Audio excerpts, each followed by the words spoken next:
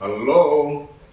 ઘણા બધા મિત્રો આપણને પૂછતા હોય છે, કોમેન્ટ કરીને કહેતા હોય છે, પર્સનલમાં મેસેજ કરતા હોય છે, હેતલ કુમાર હંમેશા તમે એકલા જ કેમ જમતા હો છો, પતિ પત્ની બંને સાથે કેમ જમતા નથી?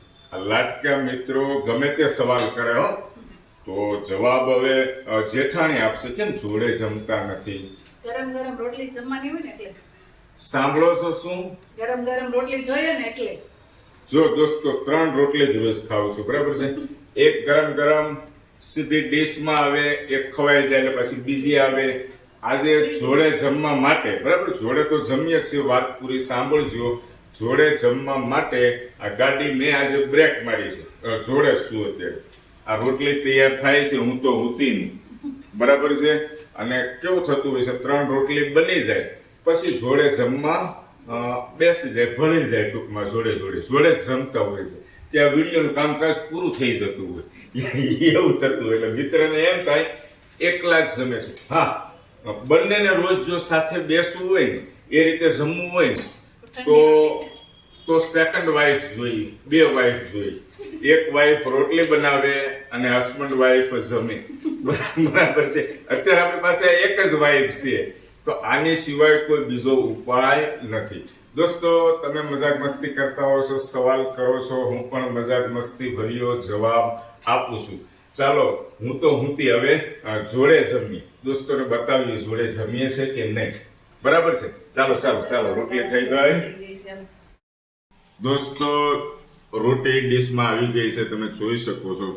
સરસ મજાની નાની ઘીથી પલાળી દીધી છે. 3 રોટી, મારું તમને લંચનું કહું છું, રેગ્યુલર 3 રોટી લઉં છું અને દાળ ભાત શાક લઉં છું. આ મારું મેનુ હોય છે. દાળ ભાતમાં કેવું થાય છે કે અઠવાડિયે 15 દિવસે એકવાર બને અમારા ઘરે દાળ ભાત, રોજ ન હોય. રોજ બને. 11 હોય ને તોય એકની માટે બનાવવાનું.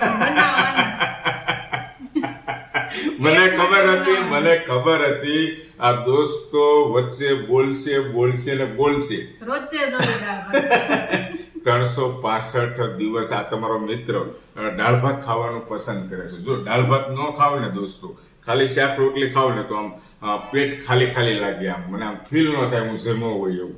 જે છે એ સત્ય કહું છું, 365 દિવસ દાળ ભાત જોઈએ.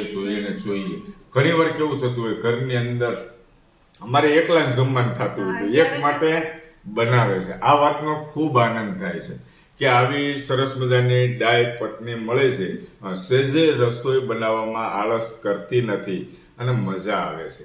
લાઈફમાં હસતા મસતા આમ જીવન જીવીએ છીએ ને, તો ખૂબ આનંદ થાય છે. અને ઘણા ખરા મિત્રો કહેતા હોય છે કે જોડે નથી જમતા. જો આજે મને ઠંડી રોટલી મળશે, ઠંડી થઈ ગઈ છે, હજી બનાવી અને હજી 1-2 મિનિટ જ થઈ છે, ગરમા ગરમ જ છે, છતાં ઓલી જે સીધી રોટલી આવે ને જે જમીએ ને, એનો આનંદ આખો અલગ આવે છે. તો ચાલુ કરીએ છીએ દોસ્તો જમવાનું.